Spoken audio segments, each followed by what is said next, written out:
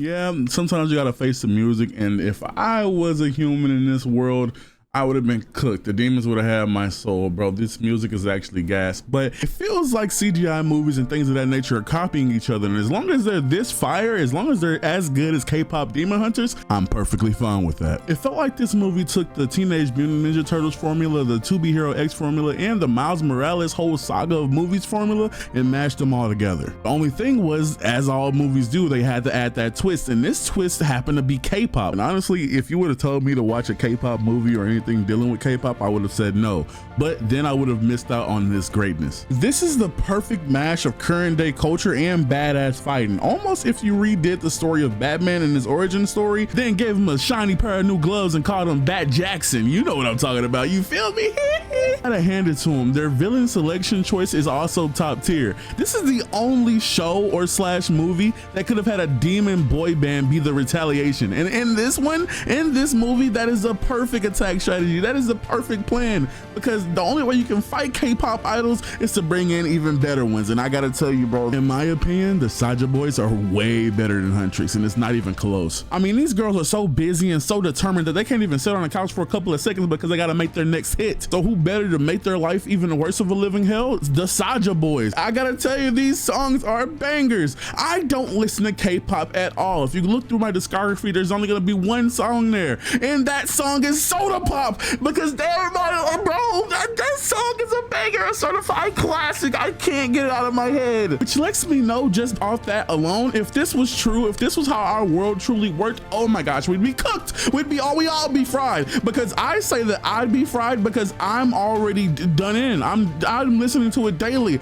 but the whole world got it to #2 on the charts in real life, so I know everybody in the world would be fried. So like I said, they already got to deal with being K-pop idols. They already got to deal with being demon hunters and slaying them left and right. But on top of the problem of another boy band coming up and rising through the ranks, they also have their main singer to worry about, Rumi. You see, you can't already have the problems of no me time and a demon boy hunter and all that other stuff I just named, but she's also a half hunter, half demon, and that is a whole problem in itself. You mean to tell me that the person that we've been trusting the most is one of them undercover? I mean, she doesn't bathe with these girls. They don't even know that she's a demon. She's been hiding that from them the whole time while she's been standing side by side by them, slaying demons. It's just certain stuff like this that you just cannot make up. I couldn't have wrote this if I tried. If this show wasn't trying its best to get the next best meme face, I'd stop laughing the whole time and actually take that part seriously. While trolling Huntrix, they also looking to steal as many fans as they can so they can harvest as many souls as they want. Huntrix can't let that happen though, so they try to stop them in this fight with their main demon learns that Rumi is a part demon herself. He tries to reason with her by sending the creepiest cat in the world to tell her to meet him so they can discuss demon history. And discuss they do. He tells her that she is a part of a bigger plan. She is a part of something so much bigger than K-pop, so much bigger than demon slaying as a whole, so much bigger than even just the two of them. This spans so far back that she and him don't even possibly understand how deep this can possibly get.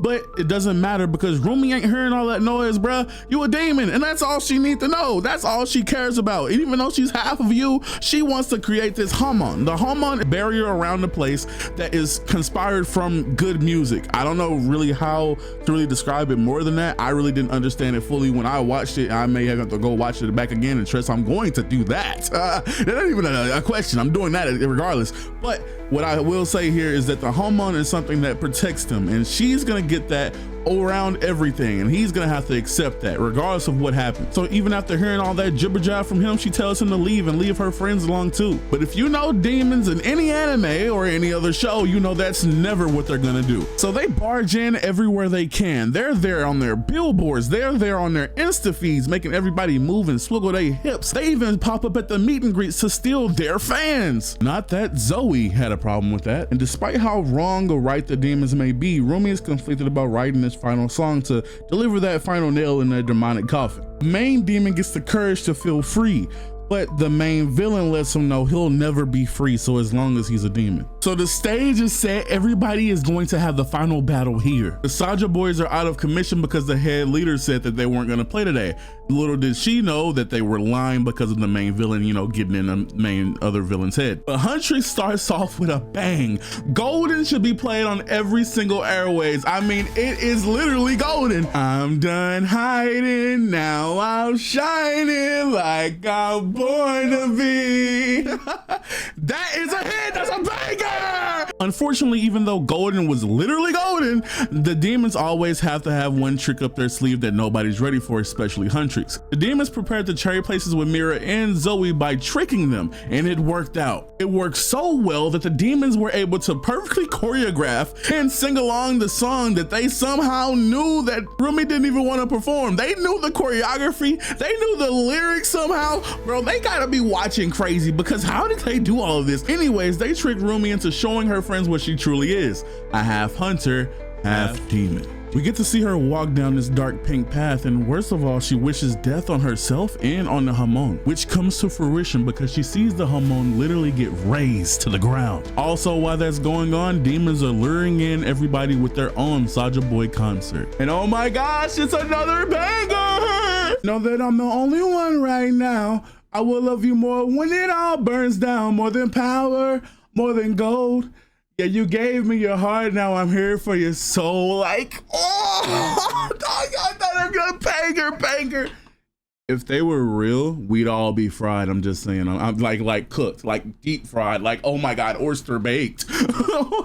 So yeah, they're delivering that crowd banger that they always deliver, because I think they're 2 for 2, bro. They haven't missed yet. Maybe 3 for 3. Maybe it's a song that I don't remember right now that I'm not remembering correctly, but I feel like I remember everything that they performed. Regardless though, Huntress is still here because Rumi is still here. Rumi still has that fighter spirit in her, and Rumi won't let everybody die on her watch. And since there's demons around, you know Huntress will be there to stop them. So they do what they do best and sing all the demons away. They recreate the Hamon from their own verse. They were about to get stopped by the Omega level fire smoky spirit. I don't even know what this guy is, I'll be honest with you, bro. I just know that he's a part demon or something. I'm not too sure, bro. Is he like Haku or Raku? What is his name from fucking Samurai Jack? He's that dude? Like, is he him? Like, what's going on here? Regardless of who that man is, Rumi, Zoe, and Mira have to stop them, and they will do that. It even takes a sacrifice from the other boy band's leader.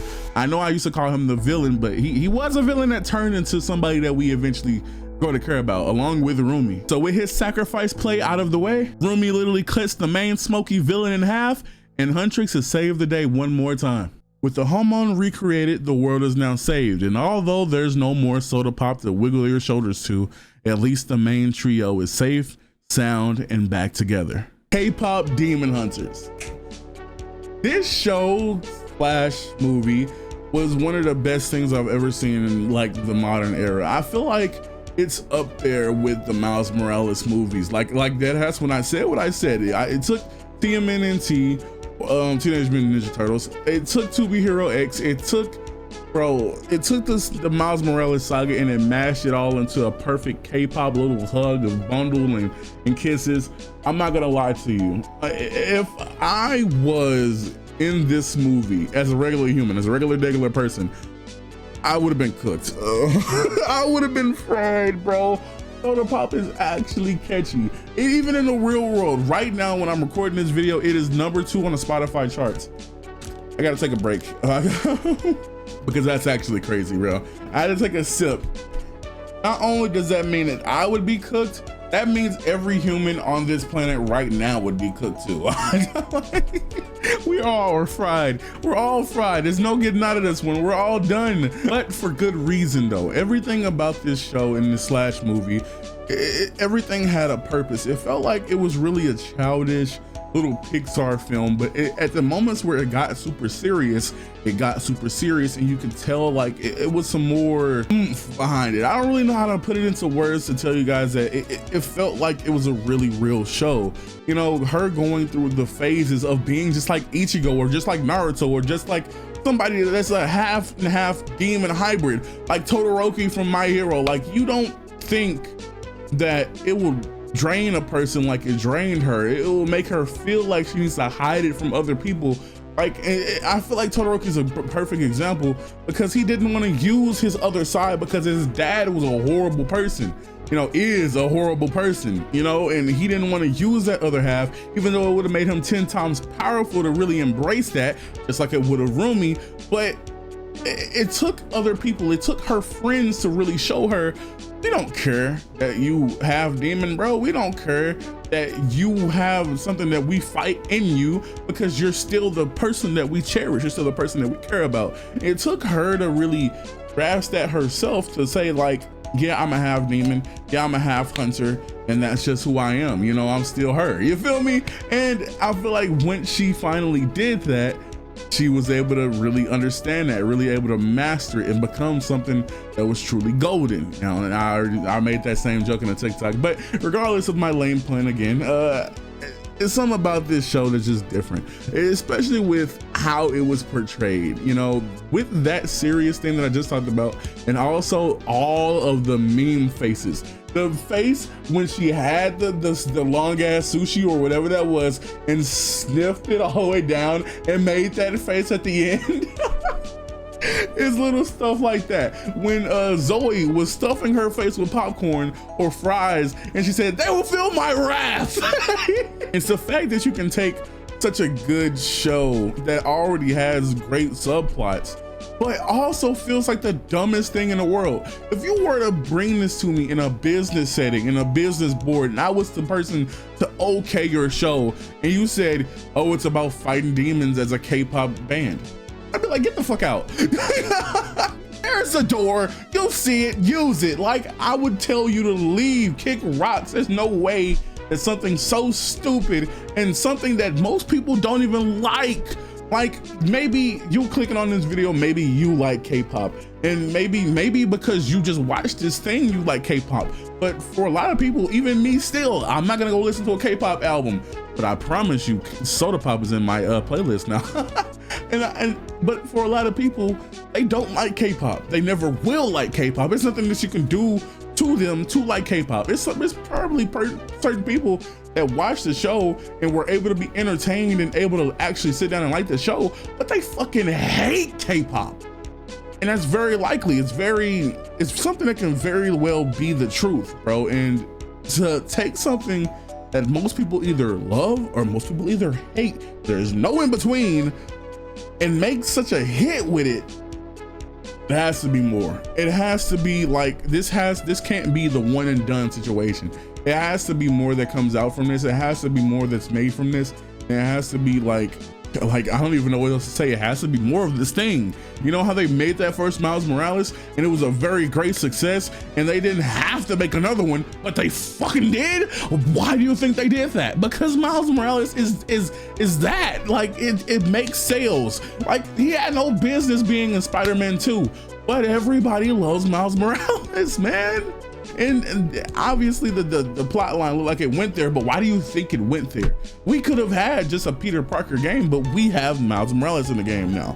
You see what I'm saying? And with this needs to be one of those things. Don't run it into the ground, Sony. I know how you guys get with certain things that are, when Sony gets gold on their doorstep, they don't always turn it into more gold. Sometimes they can turn it into diamonds and sometimes they turn it into bullshit. So I'm hoping that they make another one or something similar and it's actually a hit. But I feel like the next time that if Sony tries to pick this back up again, they might make High School Musical 7, and I don't